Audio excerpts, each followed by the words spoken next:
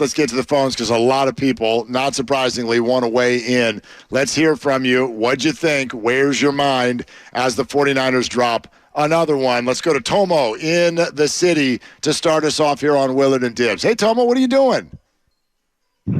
What's up, fellas? I'm just here on the 101 trying to get somewhere and not making a lot of progress. Well, that sounds familiar. So I just, the biggest takeaway for me yesterday was what the heck was Wilks thinking at the end of the first half? How do you call an all-out blitz against Kirk Cousins and leave your secondary exposed like that when you absolutely didn't have to? It just didn't make any sense. And the other thing that I've been trying to figure out is what's going on with Bosa? Why is his production so low? He got paid. He got Kardashianed, and I just realized it. They made him a thirst trap on Instagram. He's under the Kardashian spell now. And if it's like the rest of the athletes they've touched, we could say goodbye to Bosa. Well, I tell you what, Tomo, for me, I got an answer to one of those, and I don't for the other. The answer to the Steve Wilks question, the all-out blitz just before the half, is that he just flat out got ridiculously greedy. The Niners may have thought they had a little momentum. They had cut it to 3, and he's thinking, you know what, we got an opportunity to maybe create a turnover and tie this game right before the half, and then we're going to go out there with the ball to start the second half, and we're going to get the lead of this football game, and it's an absolutely hellacious, inexcusable call. There's no other way to put this. It is an awful call. He put his players in a bad spot, and he tipped the game in the wrong direction, even though you could say Ward was supposed to catch the ball. He's a DB for a reason. It's because he's not out there to catch the ball. The answer to the other one for me is much more complicated, and I'd love to hear what everyone has to say about this. Obviously, starting with you, Bud. Like, I don't know what to tell you about Nick Bosa. I know that PFF still likes him. Oh, yeah. I know that he's a phenomenal player. I don't have questions about whether Nick Bosa is a phenomenal player, but why he is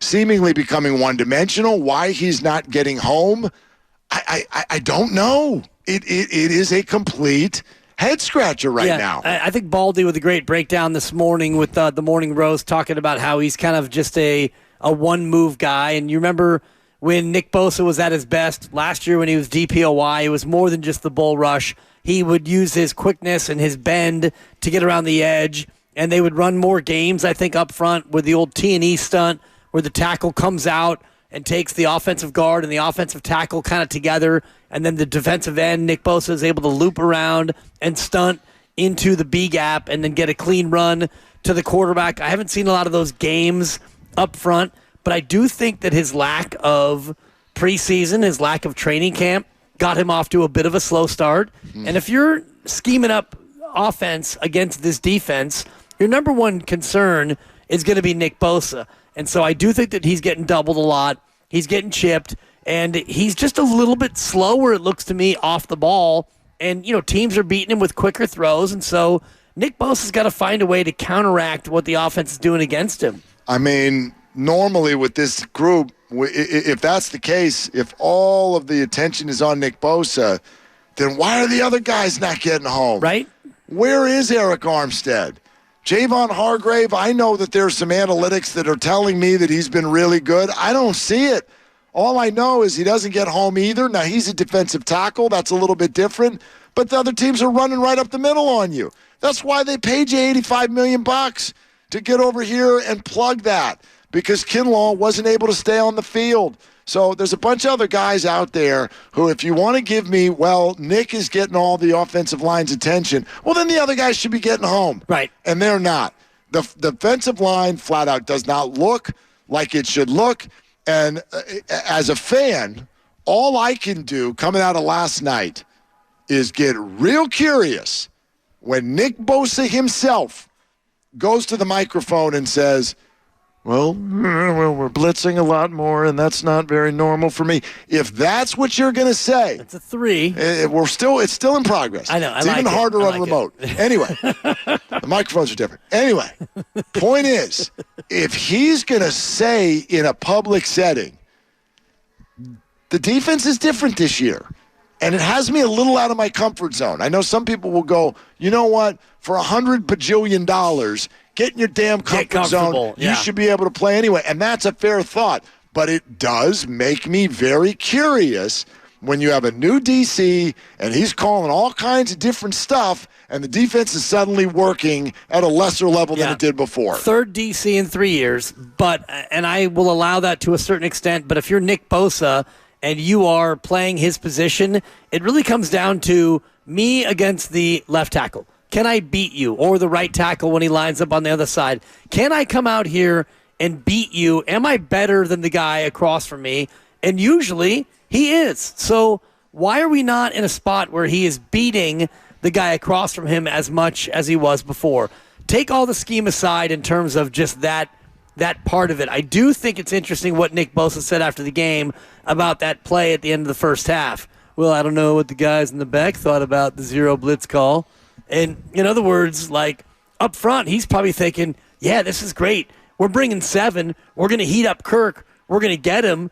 But what he said, Mark, in that comment, in that quote, to me was most interesting in terms of, talking about the guys in the back end, because if you're a cornerback or a safety, you don't like zero blitz calls, because basically if the 7 guys who are rushing don't get home, you're manned up on the back with no help. You're on an island. Right. And to do that with I don't 10 know if seconds. Jarveri's like that. I mean, 10 seconds left to go in the half. Unbelievable. I know he was there. I know he should have caught it. Doesn't matter. You let someone go over the top with 10 seconds left to go in their own territory. I don't understand. I'll never understand how you can make that call. Let's go to Jonathan in the city. Hey, Jonathan, you're on Willard and Dibs. What's up, my man? Hey, guys. Oh, man, what a bad loss. I mean, the Cleveland game I get. This one I don't get. Hey, the defensive line, which is one of the most, if not the most expensive in football, is not getting it done. They let a third-string quarterback beat him last week. And then last night, they made Kirk Cousins look like Patrick Mahomes. I mean, what the hell is going on there? And then number 2, I don't know if this is an issue, but I'm beginning to see that opposing defenses are kind of waiting on Purdy to throw that late, middle, 10, 15-yard throw right in the middle, and I think they're kind of baiting him to do that, knowing that they know that he's going to throw that late when he doesn't get his first 2 reads. And look at the tape, guys. All those 3 interceptions were all the same kind of throws and all kind of same defenses. I'm actually going to disagree with you on that one, Jonathan. I don't think they're the same kinds of throws at all. I think the one in Cleveland, he just threw behind his receiver. He just missed. He flat out missed, and it was a bad delivery of the ball. As we said, the one with Juwan Jennings, he threw to a spot and the receiver wasn't there. It's an anticipation sensation. That's a buck. It's poorly executed, and it was a massive mistake that obviously took the momentum away from the 49ers when they had it. Thank you very much. The last one is a desperation sensation. Back-to-back bucks. Because I'm feeling it. It's opening night. It's a desperation sensation because obviously you got 30 seconds left to go. You're trying to win a football game. I want people to think this way with regard to Brock Purdy. It's why I want to focus my question about Brock. For me, it is about what can you do when the defense knows you're going to throw, when the offense has to become one-dimensional. Because outside of that, Dibs, he actually did not play a poor game. He had a very poor fourth quarter, and he made 2 throws that ended up preventing the 49ers from winning, and that's bad. So that means it's not a good game. Yeah. But for me, that does not mean, the defense has found some sort of a key and they're sitting back on Brock. No, for 3 quarters, he had a great percentage. He was throwing dimes. He was moving in a couple of bad plays, a couple of missed throws, like every quarterback does. Right. He was fine for the first 3 quarters. The fourth quarter for me is the only issue I got with Brock. Yeah, 21 of 30 on the game for 272.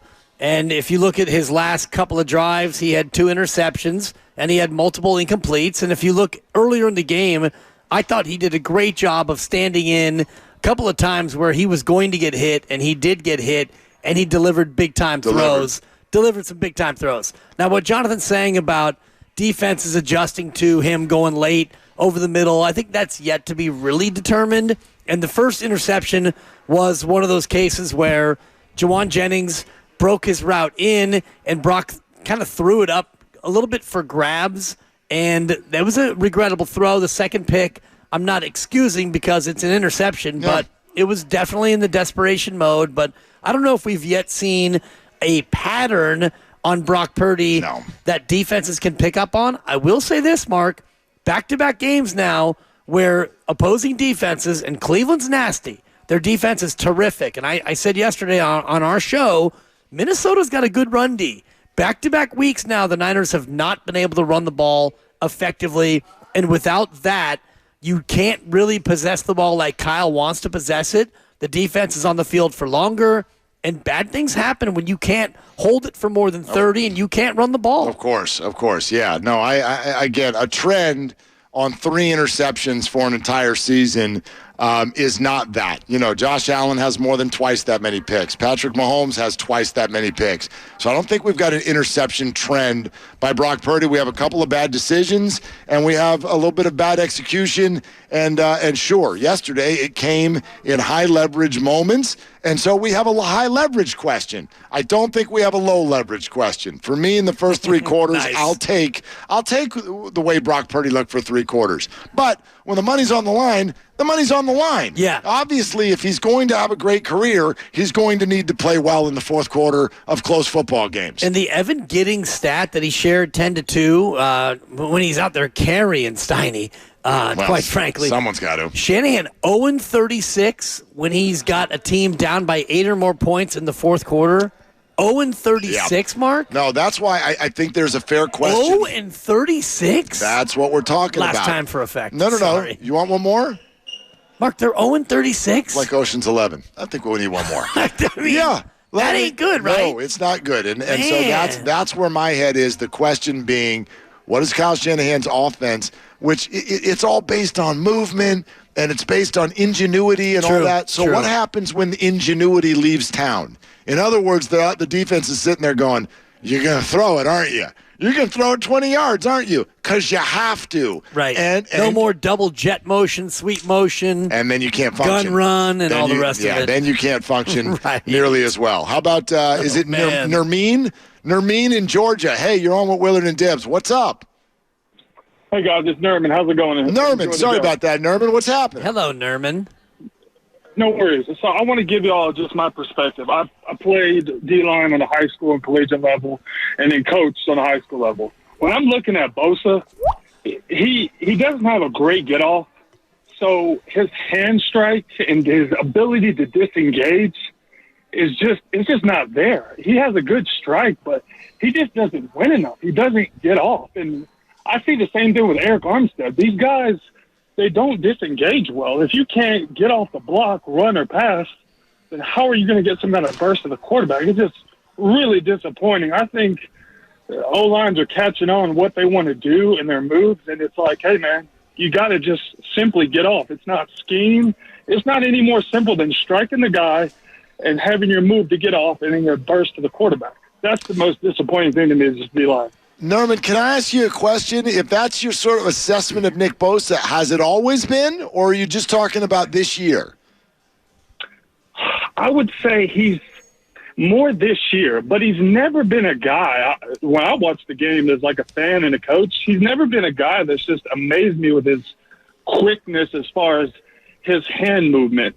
And he has some movement. I'm not saying that. Obviously, I'm grading him as a DPOY, but like Brian Burns, he's a great get-off. He's got quick hands.